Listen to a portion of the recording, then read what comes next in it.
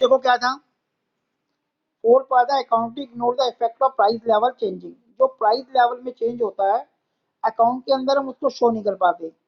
Unless price level changes are considered while preparing the financial statement, accounting information is not shown through financial result. Price changes का example क्या ले सकते हैं कि भाई मैंने 2000 में एक बिल्डिंग परचेज करी या एक ऑफिस परचेज करा जिसकी कॉस्ट 3 करोड़ थी, 2010 की, सॉरी 2020 में उसकी वैल्यू 6 करोड़ हो गई, तो प्राइस बढ़ गया।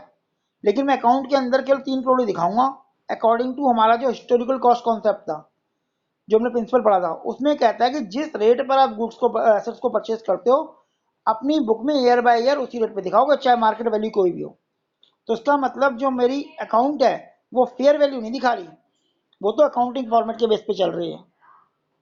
अगला विंडो ड्रेसिंग होता है, accounting for let for window dressing.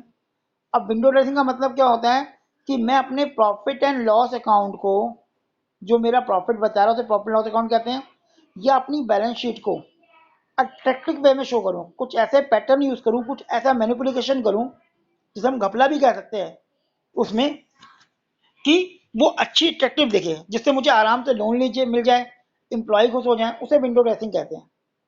ठीक है ना, कुछ मैनिपुलेशन होता है जो कि गलत काम होता है एक तरह से।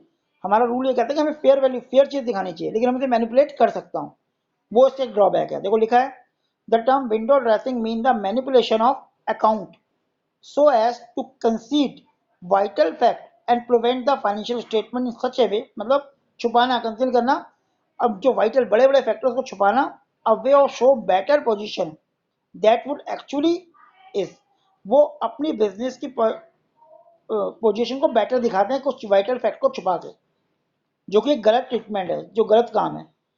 इन this situation income statement profit loss fail to provide the true and fair view. अब क्योंकि मैंने मैनिपुलेशन कर दिया, वाइटल फैक्ट को छुपा दिया, तो मतलब मेरा प्रॉफिट लॉस का फेयर फेयर पिक्चर नहीं दिखा रहा। The result of operation and balance sheet fail. तो इसका मतलब विंडो ड्रेसिंग का मतलब होता है अपने अकाउंट को मैनिपुलेट करके अट्रैक्टिव बनाना ताकि वो बेटर पिक्चर शो करे, जो कि एक गलत काम है। कई बार क्वेश्चन अलग से आता है, मैनिपुलेशन होता क्या है, विंडो ड्रेसिंग होता क्या है।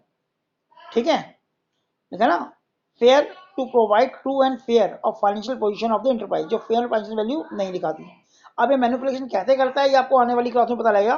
फिलहाल ये समझ लो कि कुछ ऐसे एक्टिविटी करना जिससे बैलेंस शीट एक्चुअल अट्रैक्टिव लगे, बहुत अच्छी लगे, जितनी अच्छी वो है नहीं। इंटरनल यूजर क्या होते हैं और एक्सटर्नल यूजर क्या होते हैं, और उनके लिए अकाउंटिंग इंफॉर्मेशन क्या क्या जरूरी है। जैसे क्लियर हुआ, इंटरनल में क्या आ गया आपका, ऑनर, मैनेजमेंट, एम्प्लॉयज। एक्सटर्नल में क्या क्या आ गया आपका, गवर्नमेंट आ गई, इन्वेस्टर आ गए, क्रेडिटर आ गए, बैंक आ गया, रिसर्चर आ गए। तो उनके लिए क्या क्या यूज है। अब देखो उसमें क्या होता है इंटरनल यूजर में, जैसे ऑनर हो गया। अब बिजनेस का जो ऑनर और बिजनेस में रिस्क ले रहा है, सबसे रिस्क उसका ही है, तो वो देखना चाहेगा कि उसे प्रॉफिट हो रहा है कि नुकसान हो रहा है, उसकी पोजीशन क्या है। तो they are the interested to know the profit earn and loss incurred by the business beside the safety of his capital, कि उसका पैसा कितना सिक्योर है। अब उसे अगर प्रॉफिट लॉस पता करना है तो बिजनेस के अकाउंटों को चेक करना पड़ेगा, तो इसके लिए वो उसके लिए इंपॉर्टेंट है। Second point, management. जो आपका बोर्ड ऑफ डायरेक्टर होता है, जो बिजनेस को मैनेज करता है, वो जो मैनेजर होते हैं, उन्हें टाइम टू टाइम अपने अकाउंट को चेक करना पड़ता है। अकाउंट के डेटा के हिसाब से देखते हैं कि हमारा रेवेन्यू कितना आ रहा है, इस रेवेन्यू के लिए हम एक्सपेंस कितना कर रहे हैं, कौन से ऐसे एक्सपेंस है जो कम किए जा सकते हैं, कैसे अपने रेवेन्यू को बढ़ाया जा सकता है, उसके लिए उन्हें पूरे अकाउंट की जरूरत होती है। पास्ट अकाउंट को स्टडी करके वो फ्यूचर के लिए प्लानिंग बनाते हैं।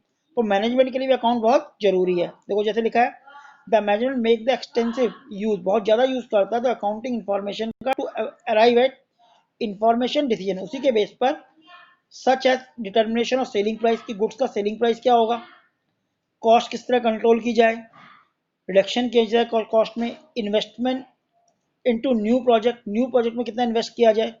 तो वो सब वो अकाउंट के थ्रू स्टडी करते हैं कि कितना खर्चा हमारा क्या हो रहा है, कितना हमारी सेल हो रही है, कितनी हम परचेज कर रहे हैं, पेमेंट कितने टाइम में आ रही है। तो जब अकाउंट उनके पास होगा तो उसके बेस में वो आगे फ्यूचर की प्लानिंग बनाते हैं, इसलिए अकाउंट उनके लिए ज़रूरी होता है। एम्प्लॉय की बात करें, वर्कर की, जो एम्प्लॉय और वर्कर कंपनी में काम कर रहे हैं वो भी अकाउंट को चेक करते हैं कि भाई उनको उनकी जो जॉब है कितनी सिक्योर है, उनको बोनस मिलेगा नहीं मिलेगा, उनका जो प्रोविडेंट फंड वगैरह है, जो भी फंड वगैरह होता है, उनमें टाइम पे पैसा जा रहा है नहीं जा रहा। तो जब वो अकाउंट को देखेंगे, बिजनेस की परफॉर्मेंस को देखेंगे, तो अपने आप को सिक्योर समझेंगे। अगर उन्हें लगता है कि यार बिजनेस लॉस में जा रहा है, तो उनको पता लग जाएगा कि उनकी नौकरी भी जा सकती है या उनकी सैलरी भी रुक सकती है। तो उनके लिए भी अकाउंट बहुत इंफॉर्मेशन होता है, इंपॉर्टेंट होता है।